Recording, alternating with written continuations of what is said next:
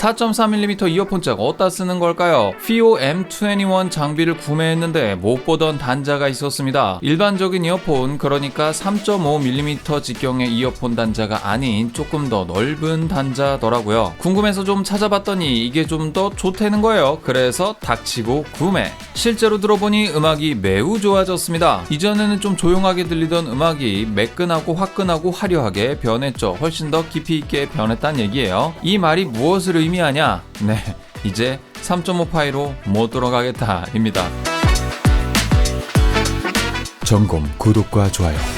본 컨텐츠는 순전히 저 같은 음알못들과 함께 성장하고 싶어 만든 컨텐츠입니다. 부디 음악을 좀 더 즐겁게 들으려면 어떻게 해야 할까 고민하던 분들께 조금이나마 도움이 되기를 바랍니다. 음향 단자 형식에는 두 가지가 있어요. 밸런스드와 언밸런스드가 있습니다. 진짜 복잡한 여러 가지 이야기를 건너뛰고 간단하게 먼저 말씀을 드릴게요. 일반적으로 이렇게 생긴 3.5파이의 이어폰 단자는 언밸런스드 단자, 그리고 조금 더 두꺼운 4.4파이의 이어폰 단자는 밸런스드 단자입니다. 밸런스드가 균형 잡힌 상태로 노이즈를 상쇄시키면서 높은 출력을 전달할 수 있는 효과적인 형식이라고 해요. 요거까지만 들어도 그냥 이미 어렵습니다. 이 금원십 요러 얘기에 나오기 딱 좋은데 조금 더 한번 쉽게 설명을 해볼게요. 우리가 두 발로 서 있으면 균형을 잡기가 쉽습니다. 하지만 한쪽 발로 서 있으면 균형을 잃기가 쉽죠. 3.5는 한 발로 서 있는 꼴이고 4.4는 두 발로 서 있는 꼴입니다. 누가 봐도 두 발로 서 있는 게 안정적이어 보이죠. 여기에서 포인트는 안정적이다라는 이야기입니다. 훨씬 더 노이즈가 제거되기 쉽고 음악을 밀어주는 출력도 2배가 되어서 훨씬 더 안정적인 음향 감상을 할 수 있게 해준다는 거죠. 일단 여기까지 이해를 하셨다면 수만 가지 의문이 드시겠지만 한 가지만 일단 기억하세요. 포터블 음악을 풍부하게 들을 수 있는 형식은 4.4파이 단자인 경우가 많다는 사실을요. 물론 재생기기의 스펙에 따라 3.5파이 단자로 들어도 제 성능을 발휘는 할 수 있습니다. 하지만 4.4mm가 여러 가지 이점이 있다는 사실은 부정할 수가 없죠. 이제 4.4mm 단자에 대해 차근히 설명해 보도록 하겠습니다.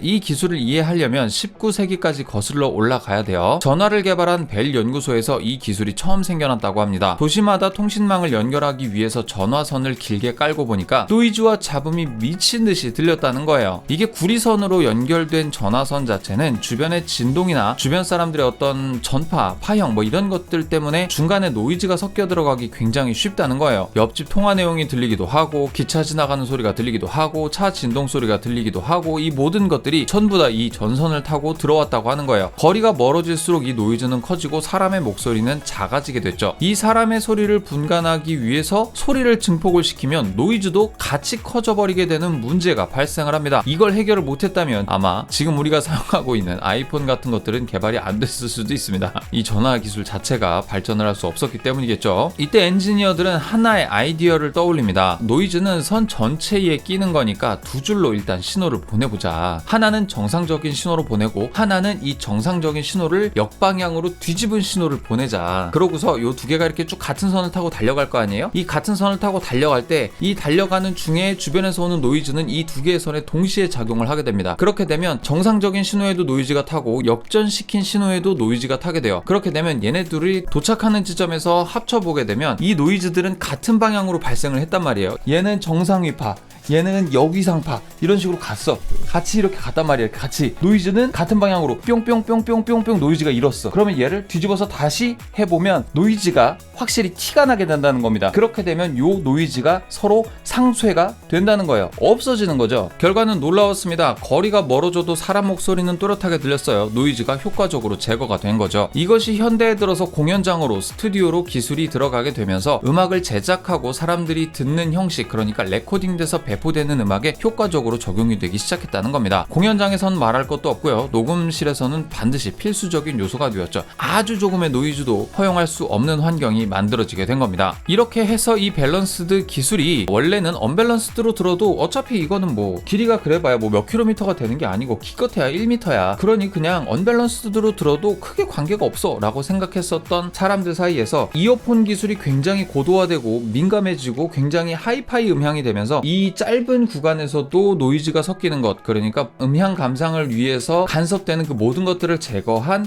밸런스드 표준이 이 음향계에 자리 잡게 됩니다. 뭐 여기상이고 나발이고 진짜 다 모르겠다고 하면 공연장에서 최고의 퀄리티로 관객들에게 음악을 전달해주기 위해 사용했던 표준을 별다른 문제 없이 당신의 귀에 꽂아주기 위해서 만든 단자다라고 생각해 주시면 되겠습니다. 밸런스드가 더 좋을 수밖에 없는 이유는 이런 원리들로 인해서 전압이 2배 뻥튀기가 된다는 사실도 있어요. 이 정도의 전압이 쭉 전달이 된다고 생각을 해요. 그런데 이거를 밸런스드로 보내게 되면 이 진폭을 2배로 뻥튀기를 시키게 됩니다. 요렇게. 그러면 전압이 어때요? 처음에는 요 정도의 진폭이었는데 2배로 늘어나게 되죠. 요 정도의 어떤 전압의 양을 전송시켜 주게 됨으로써 더 풍부하고 해상력이 좋아지는 음악을 듣게 될 수 있는 그런 환경이 갖춰진다는 거예요. 뭐 모든 밸런스드 기계에서 이런 식으로 음향이 전송된다고 해서 음향이 드라마틱하게 좋아지거나 하진 않겠죠. 하지만 이렇게 많은 양의 전압을, 이 높은 양의 전압을 사용해서 음악을 전송을 해주다 보니까 우퍼도 그렇고 이 전달받는 이 이어폰 팁 쪽에서 조금 더 디테일하게 이 울림판을 울리게 되어서 듣는 사람으로 하여금 조금 더 좋은 퀄리티의 음악을 들을 수 있도록 해주게 된다는 겁니다.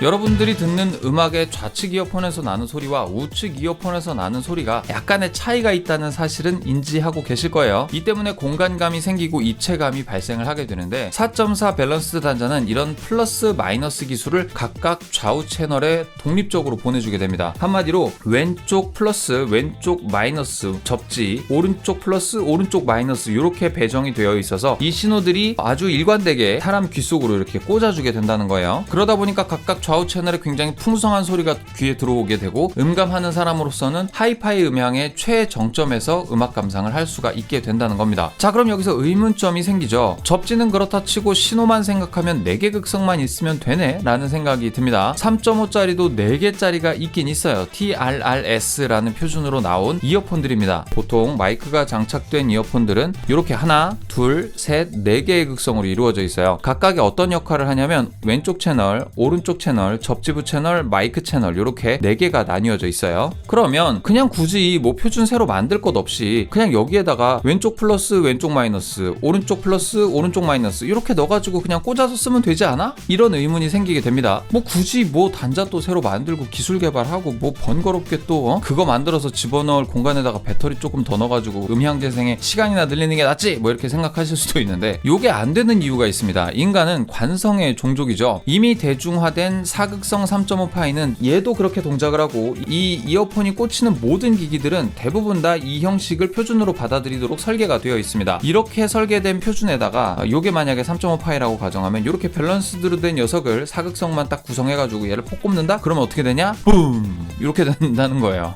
왜 망가지는지는 음향 엔지니어 분들께서 이 영상 많이 보고 계실 것 같으니까 댓글 부탁드립니다. 이 때문에 2015년에 니폰 디스크라는 회사가 4.4 단자를 개발을 하게 되어 정식 명칭은 펜타콘입니다. 5개의 단자가 있는 커넥터라는 뜻으로 펜타콘으로 지었다고 해요. 이걸 일본 전자정보기술산업협회 JEITA에서 표준으로 만들어 주었고 소니가 적극적으로 도입을 해서 대중화에 성공하게 됩니다. 사실 기존에도 밸런스 단자는 존재하기는 했어요. 우리가 스마트폰 이전에 휴대폰용 이어폰 단자로 사용하던 2.5파이 단자죠. 하지만 이게 대중화가 안 되었던 건 너무 얇아서 파손이 쉽다는 점도 있었고 좋은 음향을 듣기 위해 강한 전류를 내보내다 보면 이 전류가 이 벽을 타고 넘어가는 일들이 발생을 해요. 너무 미세하다 보니까 이 역시 기기마다 단자 구성이 달랐고 이에 따라 호환성도 매우 떨어지게 됐죠. 그래서 니폰 디스크는 기왕 만드는 거 튼튼하되 포터블 해야 한다는 목적으로 이 단자를 개발했다고 해요. 실물을 딱 봐도 튼튼해 보입니다. 두껍 튼튼.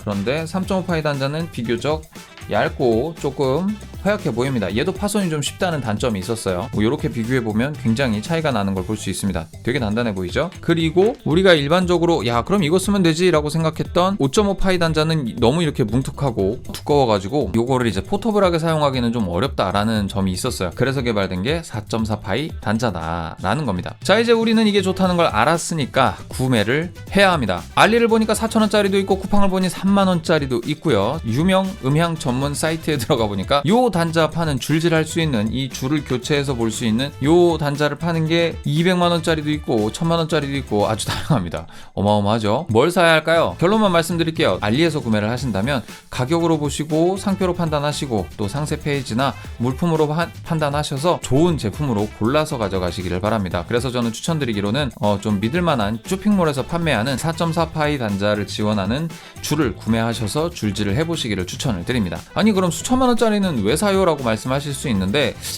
그거는 요런 줄들에 따라서 음악의 텍스처, 질감 같은 것들이 조금 달라진다고 해요. 그런데 뭐 저희 같은 막귀, 우리 같은 뭐 일반인들이 사실은 그렇게까지 뭔가 엄청난 텍스처가 바뀌는 걸 원하는지는 않잖아요. 그죠? 음악이 풍성하게 들리고 뭐 공연장 퀄리티까지는 아니더라도 우리가 그냥 3.5파이 단자 일반적인 어떤 싸구려 이어폰으로 들었을 때보다는 조금 더 깊은 감동을 느끼기 위한 정도의 음향 감상이라고 한다면 이 정도 투자로 드라마틱한 변화를 느껴보시는 것도 좋지 않을까 생각이 됩니다. 아참, 그리고 이렇게 줄질을 하시려면 이렇게 분리가 되는 선과 이렇게 유닛이 분리가 되는 형태의 이어폰 하나쯤은 가지고 계셔야 한다는 점은 필수겠네요. 결론입니다. 저처럼 줄질을 할 수 있는 이어폰을 보유하고 계시고 FIO M21 같은 4.4파이 단자를 지원하는 음향 플레이어를 가지고 계시는 분이라면 당연히 4.4파이 단자는 선택이 아닌 필수라는 점 말씀을 드리면서 오늘 컨텐츠 마무리하도록 하겠습니다. 본격 줄질 권장 컨텐츠 재밌게 보셨다면 구독과 좋아요 부탁드리고 다음에 또 찾아와 주시는 것 잊지 않으셨죠? 제품 정보 궁금하시다면 아래에 쇼핑 칸 참고해 주시길 바랍니다. 여기까지 점검이었고요. 다음에 또 만나요. 곰빠. 이쪽이구나. 참고해 주시고요.